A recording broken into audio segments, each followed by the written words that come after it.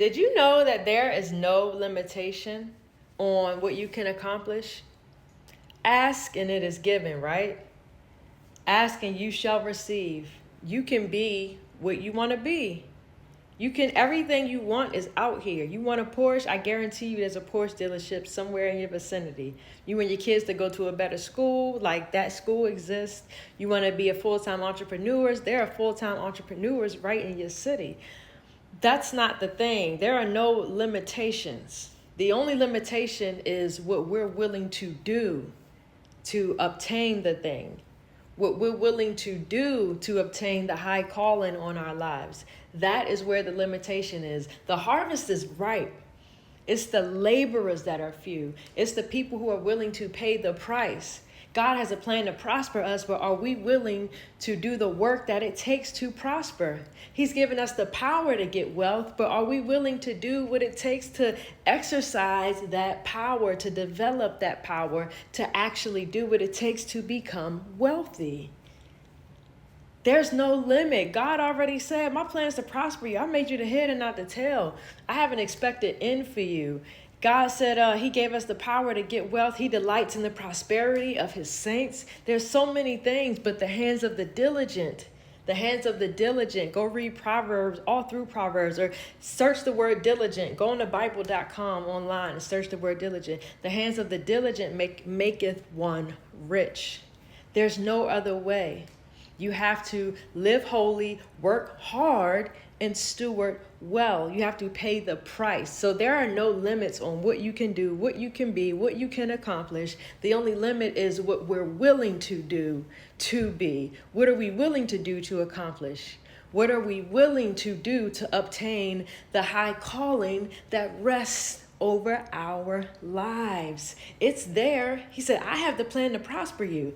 I made you the head and not the tail. I made you the lender, not the borrower. It's right here. The harvest is ripe. It's the laborers who are un poquito, very few, very small. Whew, that's all. Decide to be a laborer. Decide that you are going to labor for this thing. We talk about giving birth, and God's birthing a new thing. Well, you got to labor. There's no birth without labor. There is no birth without labor.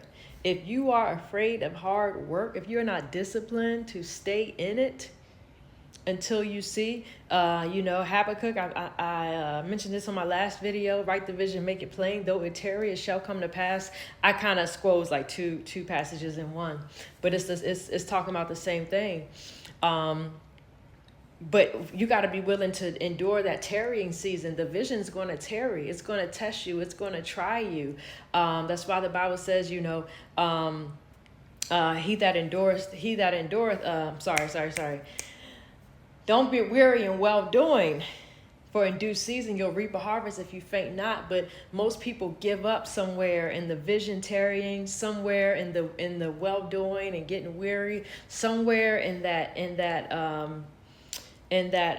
what's that season called, when a plant, the gestation period of the thing, somewhere in the labor of the thing, people drop off, people give up. People don't make it to the birthing. They don't make it all the way up to the high calling. They don't make it to the harvest. They faint. The Bible says if you faint in the day of adversity, your strength is weak. He's telling you, just stay in there. Day after day after day, it will pay off. God is not a man that he should lie, but stop giving up, stop giving in, stop making excuses, stop failing back to your old self, stop being around people that make you feel comfortable or shame you for changing.